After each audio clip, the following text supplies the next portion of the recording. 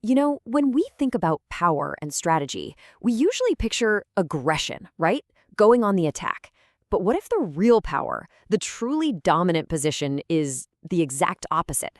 Today, we're diving into the art of the baited trap, how to make your opponents come right to you. And it all kicks off with a fantastic mystery. Picture this. It's 1815. Napoleon Bonaparte, maybe the most feared man in all of Europe, is a prisoner. He's stuck on this tiny island called Elba, completely surrounded by the British Navy. Escape? It's literally impossible. And yet, he does. So the question is, how? This incredible escape kicked off a period we now call the 100 Days.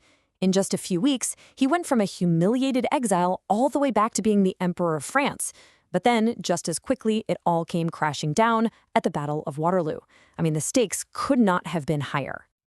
Okay, so to really get how this escape happened, we've got to understand what was going on at the time. All the major leaders of Europe, they're gathered at the Congress of Vienna, basically trying to redraw the map after Napoleon's first defeat.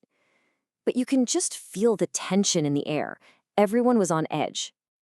So there's Napoleon stuck on this little island of Elba. He's forced to play king of this tiny, insignificant court, which for a guy like him was the ultimate humiliation.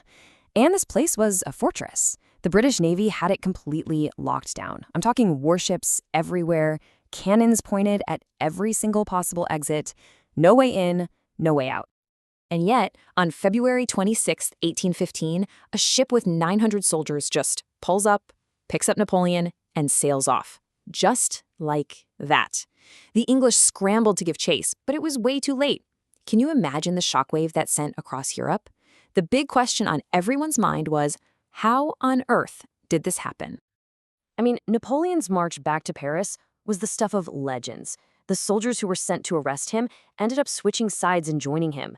The king who was on the throne, he literally fled for his life. Napoleon took back his entire empire without firing a single shot. It looked like the ultimate comeback story. But here's the twist. What if this impossible escape, this amazing comeback, wasn't a comeback at all? What if it was actually the final piece of a brilliant, devastating trap set by somebody else? And that brings us to the core idea we're talking about today. The principle is this: make other people come to you. See, when you force the other person to make the first move, you're the one in control. You're not reacting to them, they're reacting to you. You lure them in with some kind of amazing prize, and then you attack. Suddenly, you're the one holding all the cards. It really boils down to two different approaches to power. On one hand, you have aggressive action. It feels powerful, sure, but it often just makes you reactive, and man, does it waste a ton of energy. But strategic waiting, that's proactive. You conserve your energy, you dictate the terms, and you stay in the driver's seat. And listen, this isn't some new idea. We're talking ancient wisdom here. An 11th century commentator named Zhang Yu put it perfectly. Good warriors make others come to them and do not go to others. You let your opponent wear themselves out while you save your strength for the decisive moment. So, the big question is, who could possibly set a trap for Napoleon Bonaparte, arguably the greatest military mind of his era? Well, the answer is just as surprising as the escape itself. It was his own former foreign minister, a man named Charles Maurice de Talleyrand. Talleyrand looked at Napoleon's endless ambition and saw it as a plague that was destroying Europe. He decided Napoleon didn't just need to be defeated, he needed to be removed from the game, for good. And Talleyrand's plan was an absolute masterclass in manipulation. First, he quietly got the English and Austrian ministers on his side. Then he started planting the bait. He used visitors to Napoleon's island to whisper these little promises of glory in his ear, feeding his ego. The whole trap was designed to exploit Napoleon's greatest weakness, his desperate, insatiable need for a glorious comeback. But here is the absolute genius of it. Talleyrand knew something crucial. France was bankrupt. The country was exhausted from years of war. So Napoleon wasn't being lured back to power, he was being lured into a fight he could not possibly win. The real trap wasn't the escape from Elba, the trap was France itself. I mean, it was a ruthless plan. One diplomat in Vienna said of Talleyrand, he has set the house ablaze in order to save it from the plague. Think about that. He was willing to risk total chaos in France just to get rid of Napoleon once and for all. Okay, so this principle isn't just about 19th century French politics. You see this baiting the trap strategy, well, everywhere, from naval warfare to the floors of Wall Street. Take the Russo-Japanese War in 1905. The Japanese brilliantly baited the entire Russian fleet into making an exhausting 6,000-mile journey. By the time the Russian ships finally arrived, their crews were tired, overworked, and the well-rested Japanese fleet just annihilated them. A perfect example of making the enemy come to you. Or how about this one from Wall Street? There was this infamous robber baron, Daniel Drew.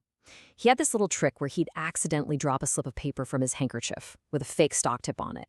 Of course, greedy investors would find it, pounce on the insider info, and drive the stock price exactly where Drew wanted it to go. The bait wasn't the piece of paper, it was their own greed. Here's an even simpler, more elegant example. A pickpocket puts up a sign that says, "Beware of pickpockets." What's the very first thing everyone does when they read that? They instinctively pat their pocket to make sure their wallet is still there. And boom, you've just told the thief exactly where your valuables are. The bait, in this case, is your own anxiety. So listening to all this, you might think, okay, so waiting is always the best move. But here's the thing about strategy. No rule is absolute. Sometimes the smartest thing you can do is the exact opposite. Right, so is it always better to wait and bait your opponent? Absolutely not. Sometimes the most powerful, most controlling move you can make is to strike first, hard, and fast. It all depends on the situation, right? You want to lure your opponent in when you have time on your side, or when they're stronger than you and you need to wear them down. But you strike first when time is against you, or when your opponent is weak and you can't afford to give them time to recover and get stronger. Think about it. A rapid, totally unforeseen attack can be terrifying. It's demoralizing.